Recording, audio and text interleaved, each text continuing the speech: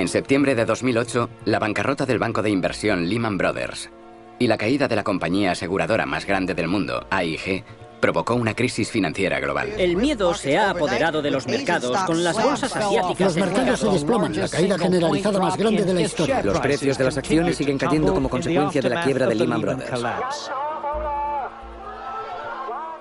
El resultado fue una recesión global que ha costado al mundo miles de millones de dólares, ha dejado 30 millones de desempleados y ha doblado la deuda nacional de los Estados Unidos. Esta crisis no fue un accidente. Fue causada por una industria fuera de control. Desde los años 80, el auge del sector financiero en los Estados Unidos dio lugar a una serie de graves crisis financieras. Cada crisis causaba más daño, mientras el negocio ganaba más y más dinero. Después de la Gran Depresión, los Estados Unidos vivieron 40 años de crecimiento económico sin una sola crisis financiera. El negocio financiero estaba fuertemente regulado. La mayor parte de los bancos eran negocios nacionales que tenían prohibido especular con los ahorros de los clientes. Los bancos de inversión, que trabajaban con acciones y bonos, eran sociedades pequeñas y privadas. En el modelo tradicional de sociedades de banca de inversión, los socios aportan el dinero. Y obviamente los socios vigilan el dinero muy de cerca. Querían vivir bien, pero no querían jugárselo todo. Paul Volcker trabajó en el Departamento del Tesoro y fue director de la Reserva Federal desde 1979 hasta 1987. Antes de entrar en el gobierno, era economista financiero en el Chase Manhattan Bank. Cuando dejé el Chase para irme al Tesoro, en 1979, mis ingresos rondaban los 45.000 al año. $45.000 al año. Morgan Stanley, en 1972, tenía aproximadamente 110 empleados en total, una oficina y un capital de 12 millones de dólares. Ahora, Morgan Stanley tiene 50.000 empleados y un capital de muchos miles de millones. Y oficinas repartidas por todo el mundo. En los años 80, el negocio financiero floreció. Los bancos de inversión se abrieron al público, lo que les dio fondos de los accionistas. La gente en Wall Street empezaba a hacerse rica. Tenía un amigo que era gestor de bonos en Merrill Lynch en los años 70. Tenía un trabajo como cobrador de tren por la noche porque tenía 3 niños que no podía mantener con lo que ganaba como gestor de bonos. En 1986 ganaba millones de dólares y pensaba que era porque era listo. El primer problema de nuestro país es restaurar la prosperidad económica. En 1991, el presidente Ronald Reagan eligió como secretario del Tesoro al presidente del banco de inversión Merrill Lynch, Donald Reagan. Wall Street y el presidente están muy unidos. He hablado con muchos líderes de Wall Street. Todos dicen que están con el presidente al 100%. La administración Reagan, apoyada por los economistas y los lobbies financieros, empezó un periodo de 30 años de desregularización. En 1982, la administración levantó las regulaciones a las compañías de ahorro y préstamo, permitiéndoles hacer inversiones de riesgo con el dinero de sus clientes. Pero al final de la década, cientos de estas compañías habían ido a la quiebra. Esa crisis costó a los contribuyentes 140.000 millones de dólares y los ahorros de toda la vida a muchas personas. El mayor golpe a la banca de nuestra historia. Miles de ejecutivos fueron a la cárcel por defraudar a sus empresas. De los casos más notables fue el de Charles Keating. ¿Tiene algo que decir? En 1985, cuando los reguladores federales empezaron a investigarlo, Keating contrató a un economista llamado Alan Greenspan. En esta carta a reguladores, Greenspan expone que los planes de negocio son viables y dice que no ve riesgo en permitir a Keating invertir el dinero de los clientes. Según se dice, Keating pagó a Greenspan $40.000. Charles Keating fue a prisión poco después de esto. Y a Alan Greenspan. El presidente Reagan lo eligió presidente del Banco Central estadounidense, la Reserva Federal. Greenspan fue reelegido por los presidentes Clinton y George W. Bush. Durante la administración Clinton, la desregularización continuó con Greenspan y con los secretarios del Tesoro Robert Rubin, antiguo presidente del banco de inversión Goldman Sachs, y Larry Summers, profesor de economía en Harvard. El sector financiero, Wall Street con su poder, los grupos de presión, montones de dinero, paso a paso, estaban atrapados en el sistema político, tanto los demócratas como los republicanos.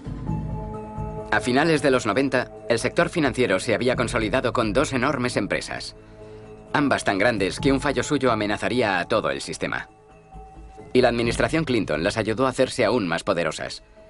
En 1998, Citicorp y Travelers se fusionaron en Citigroup, una de las empresas financieras más grandes del mundo. La fusión incumplía el Acta Glass-Steagall, una ley aprobada tras la Gran Depresión para evitar que los bancos con depósitos de clientes realizaran actividades bancarias de alto riesgo. Era ilegal comprar Travelers. Greenspan no dijo nada. La Reserva Federal les dio un año de moratoria y después aprobaron la ley. En 1999, a petición de Summers y de Rubin, el Congreso aprobó el Acta Gramm-Leach-Bliley, conocida también como el Acta de Liberación de Citigroup. Anulaba el Acta Glass-Steagall y abrió el camino a futuras fusiones. Robert Rubin ganaría más tarde 126 millones de dólares como vicepresidente de Citigroup. Ha rechazado ser entrevistado para este programa. ¿Por qué tienen grandes bancos? Porque a los bancos les gusta el monopolio. Porque a los bancos les gusta el poder de los lobbies. Porque los bancos saben que cuando son demasiado grandes, son rescatados.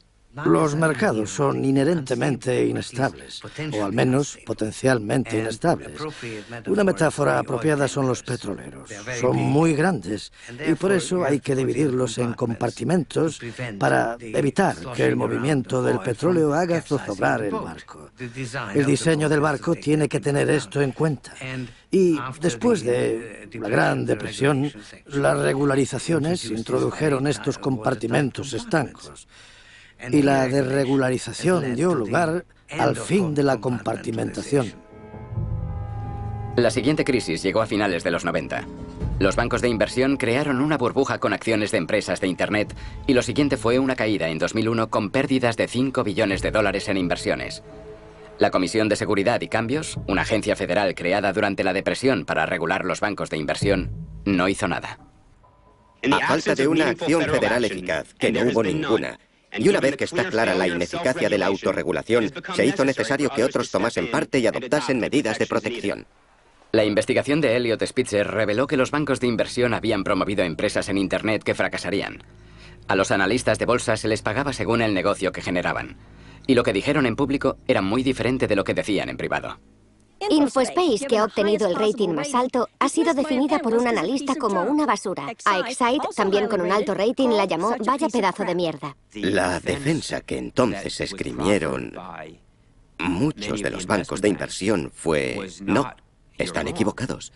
Fue: todos lo están haciendo y todos saben lo que está pasando, por lo que nadie debería confiar en esos análisis. En diciembre de 2002, 10 bancos de inversión resolvieron el caso con un total de 1.400 millones de dólares y prometieron cambiar los métodos.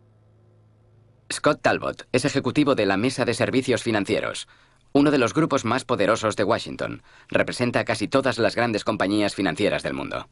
¿Estás satisfecho con el hecho de que muchas de las compañías asociadas estén inmersas en actividades criminales a gran escala? Sea más específico. Vale. Para empezar, la actividad criminal es inaceptable, punto.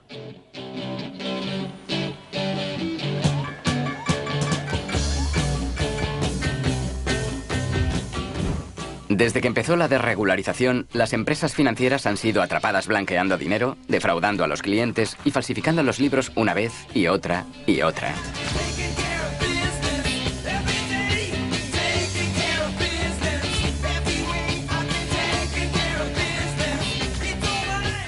Credit Suisse ayudó a inyectar dinero para el programa nuclear de Irán y para la Agencia Aeroespacial iraní, que construye misiles balísticos. Cualquier información que se pueda identificar como iraní será omitida. El banco fue multado con 536 millones de dólares. Citibank ayudó a evadir 100 millones de dólares procedentes del narcotráfico en México. Ha comentado que debía citar, eliminar todos los documentos conectados con la cuenta. Lo dije de broma. Eso fue en las primeras fases, no lo decía en serio.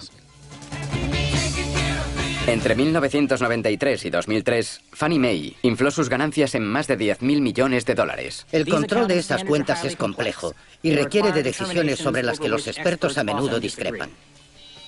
El presidente Franklin Reigns, que era director de presupuestos del presidente Clinton, recibió más de 52 millones en bonus. Cuando se descubrió que UBS ayudaba a los ciudadanos más pudientes a evadir impuestos, rehusó colaborar con el gobierno federal. ¿Estaría dispuesto a dar nombres? Si hay un acuerdo, pues... No hay acuerdo. Aceptó tomar parte en un fraude.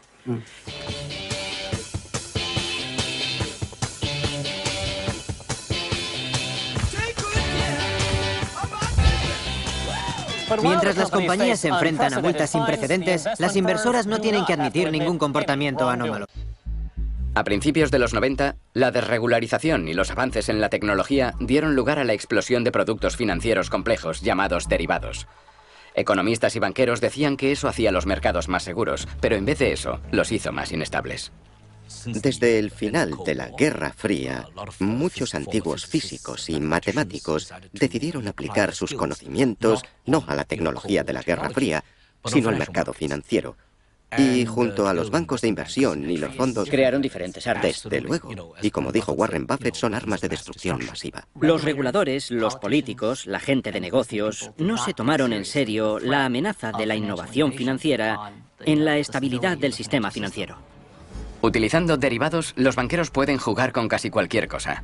Pueden apostar sobre la subida o bajada del petróleo, la quiebra de una empresa, o incluso el tiempo que hará. A finales de los 90, los derivados ascendían a un mercado de 50 billones de dólares libres de regulaciones.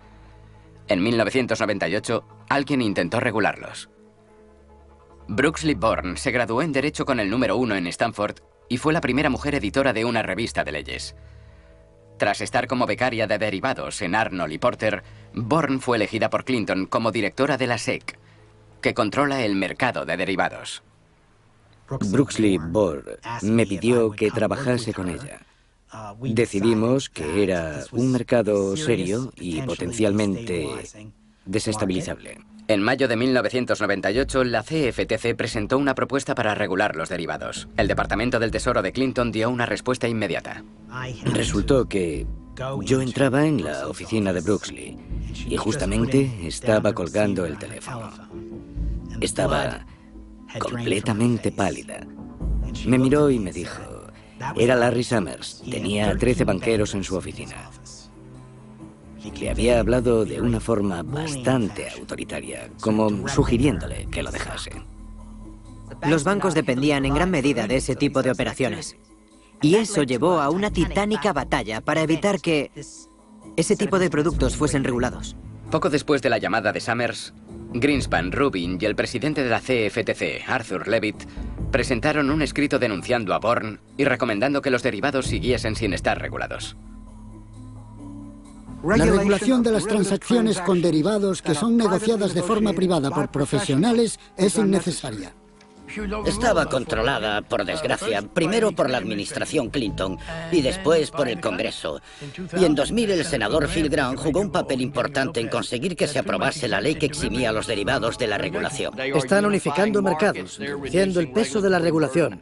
Creo que necesitamos hacerlo. Después de dejar el Senado, Phil Gramm se convirtió en vicepresidente de UBS. Desde 1993, su esposa Wendy trabaja en la dirección de Enron.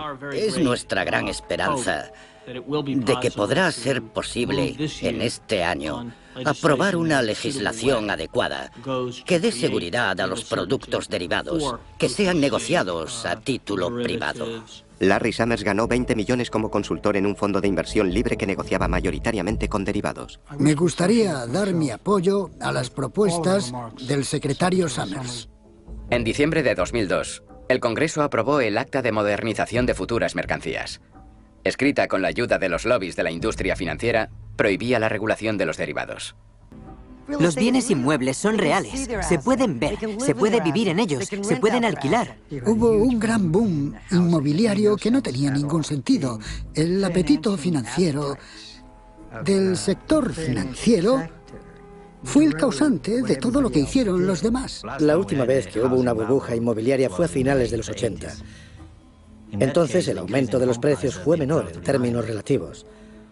Esa burbuja inmobiliaria llevó a una recesión relativamente grave. Desde 1996 hasta 2006, los precios de la vivienda se duplicaron. La Reserva Federal tenía plena autoridad para regular la industria de las hipotecas, pero su presidente, Alan Greenspan, rechazó utilizarla. Greenspan dijo, no hay regulación, ideológicamente no creo en ella. Durante 20 años, Robert Wenaisa fue la cabeza de Green Lining, un poderoso grupo de apoyo al consumo. Se reunía con Greenspan de forma regular. Le dimos un ejemplo de Countrywide y de 150 diferentes hipotecas de interés variable complejo. Dijo, si tienes un doctorado en matemáticas, podrás entenderlas lo suficiente para saber lo que es bueno para ti y lo que no. Pensamos que iba a tomar medidas, pero a medida que la conversación continuaba, quedó claro que estaba estancado en su ideología. Nos reunimos con él otra vez en 2005.